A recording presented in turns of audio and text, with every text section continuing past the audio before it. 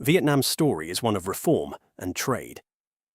Starting with the Doi Moi renovation reforms in 1986, Vietnam opened its doors to foreign investment and global markets. By the 2000s, it had become one of Asia's fastest-growing emerging economies. Exports surged, particularly in manufacturing. By 2019, electronics and textiles together made up over half of Vietnam's merchandise exports. These factory outputs were largely driven by foreign-invested firms. In fact, government data show companies with investment from foreign firms account for about 70% of the country's exports. This means 3/4 of Vietnam's exports come from FDI-backed factories, a share far higher than in most countries. This FDI-led export model lifted growth. Before COVID, Vietnam routinely grew 6 to 7% per year, helping millions escape poverty.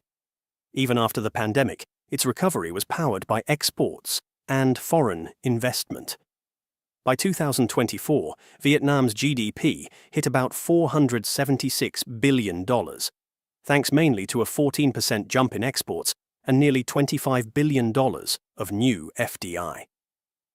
The latest data confirm the pattern. Exports FDI fuel GDP growth of 7.09% in 2024. In short, international capital and trade have been crucial to Vietnam's economic rise. Within this FDI story, South Korea is prominent. In recent years, Korea has often been Vietnam's top source of new FDI. For example, in the first 11 months of 2024, Korea invested $3.89 billion, 12.4% of total FDI, making it the second largest investor after Singapore. Cumulatively, South Korean investors have poured about $86 billion into Vietnam's economy by end 2023, more than any other foreign country.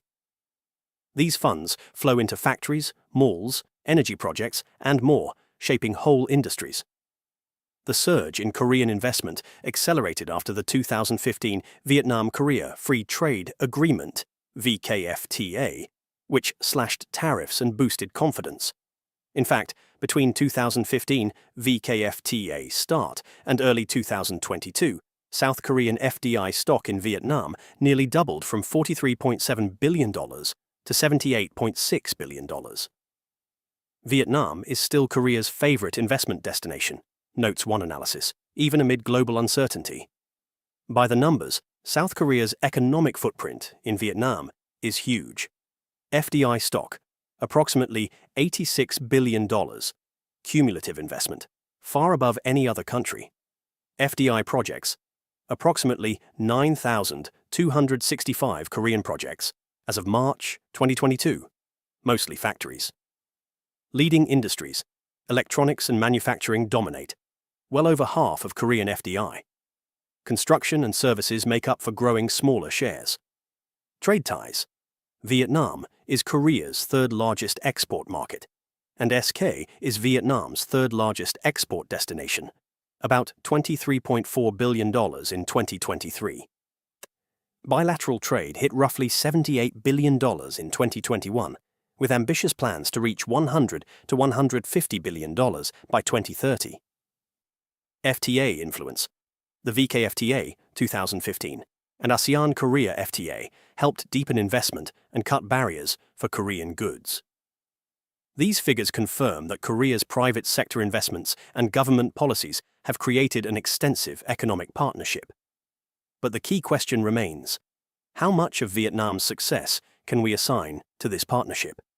If South Korea has one flagship in Vietnam, it is Samsung Electronics. Samsung arrived in Vietnam in the mid-2000s and steadily built huge factories.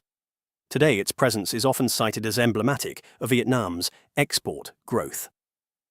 Industry data show Samsung's Vietnamese operations booked roughly $66 billion in sales in 2019, about 1/4 of Vietnam's GDP. In other words, one company's output was roughly equivalent to 25% of all economic activity that year. This was not a fluke. Around 50% of Samsung's smartphones and tablets are produced in Vietnam and exported globally, The analyst note explains. Indeed, Samsung has 4 large manufacturing complexes in Bac Ninh and Thanh Nguyen provinces. These plants churn out hundreds of millions of devices. In the first 10 years of the Thanh Nguyen plant, it produced 925 million phones and tens of billions of USD in export turnover per year. The scale is staggering and has direct implications for Vietnam's economy. Samsung's revenue in Vietnam was reported at about $62 to $65 billion per year, around 2023. That makes Samsung Vietnam one of the largest exporters on Earth. For context, Vietnam's total exports in 2024 were about $405 billion. Samsung alone contributes a large chunk of that. Some estimates put Samsung's share of Vietnam's exports at 20 to 30%. Figures vary by year. In any case, Samsung's Vietnam numbers grew from nearly zero in the 2000s to tens of billions of exports by 2018. Jobs are another major impact. Samsung Vietnam is also an employment giant. Reliable data shows Samsung employed 110,000 people in Vietnam, 2022. These are mostly factory workers and technicians at its mobile and electronics plants. A feature story on the Thanh Nguyen complex notes it created 150,000 job opportunities across the country, including indirect jobs. One data showed that Samsung has the largest workforce of any foreign firm in Vietnam.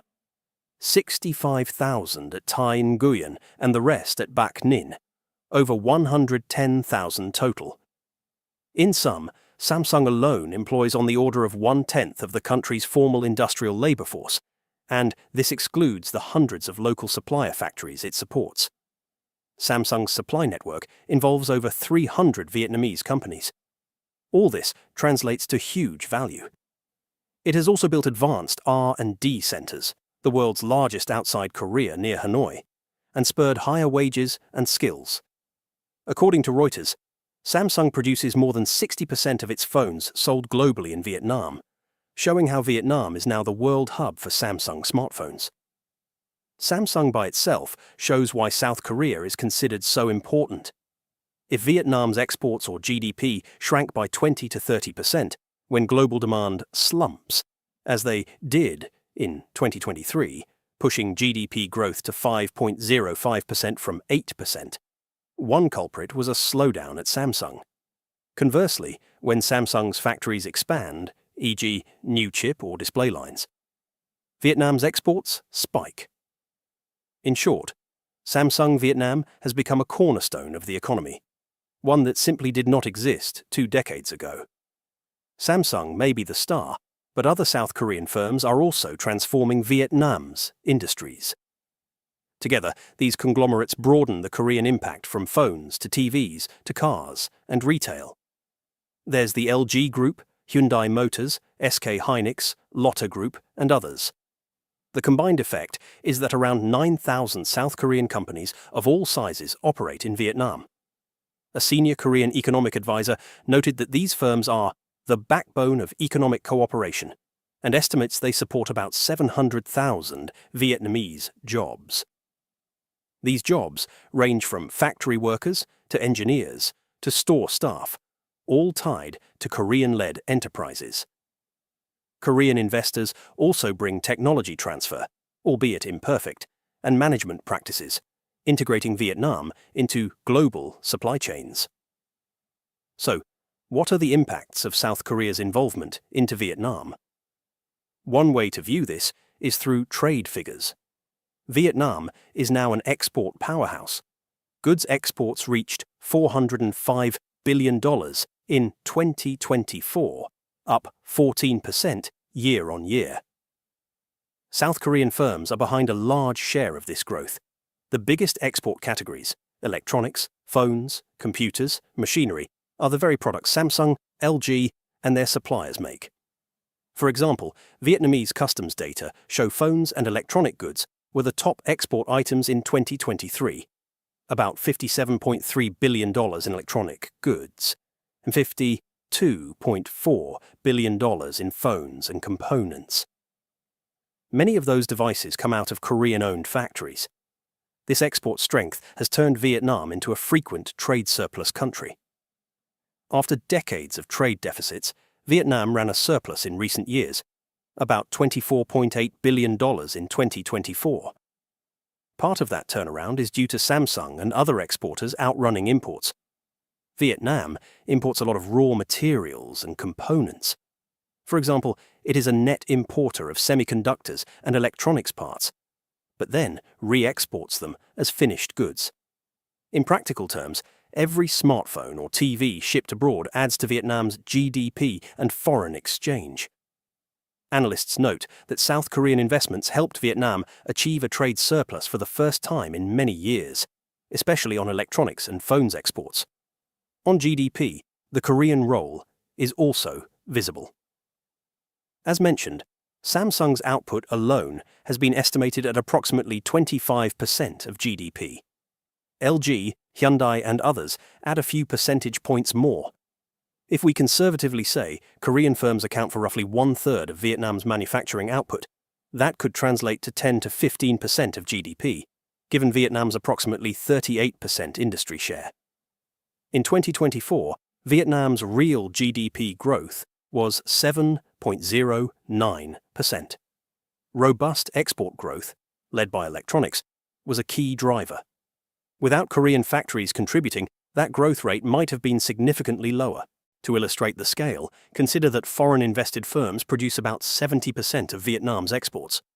If Korean companies account for, say, 1/3 of those foreign factories, they generate on the order of 20 to 25% of all exports. Losing that would be akin to cutting a quarter of Vietnam's trade engine. This simple math suggests Korean investment has been a major piece of the GDP puzzle. Of course, exports are only part of GDP. Consumption and services also matter. But Korean industry has ripple effects. It pays wages, pays taxes, and sources from local suppliers, all of which further lifts GDP. In short, South Korean firms have had a measurable impact on Vietnam's macro numbers. Citations abound. Samsung's Vietnam revenue was 28% of GDP in 2018, and Samsung-related exports have been reported as over 20% of Vietnam's total exports. While exact percentages vary by source and year, it is clear that Korea's economic footprint translates into multi-billion-dollar contributions to Vietnam's national income.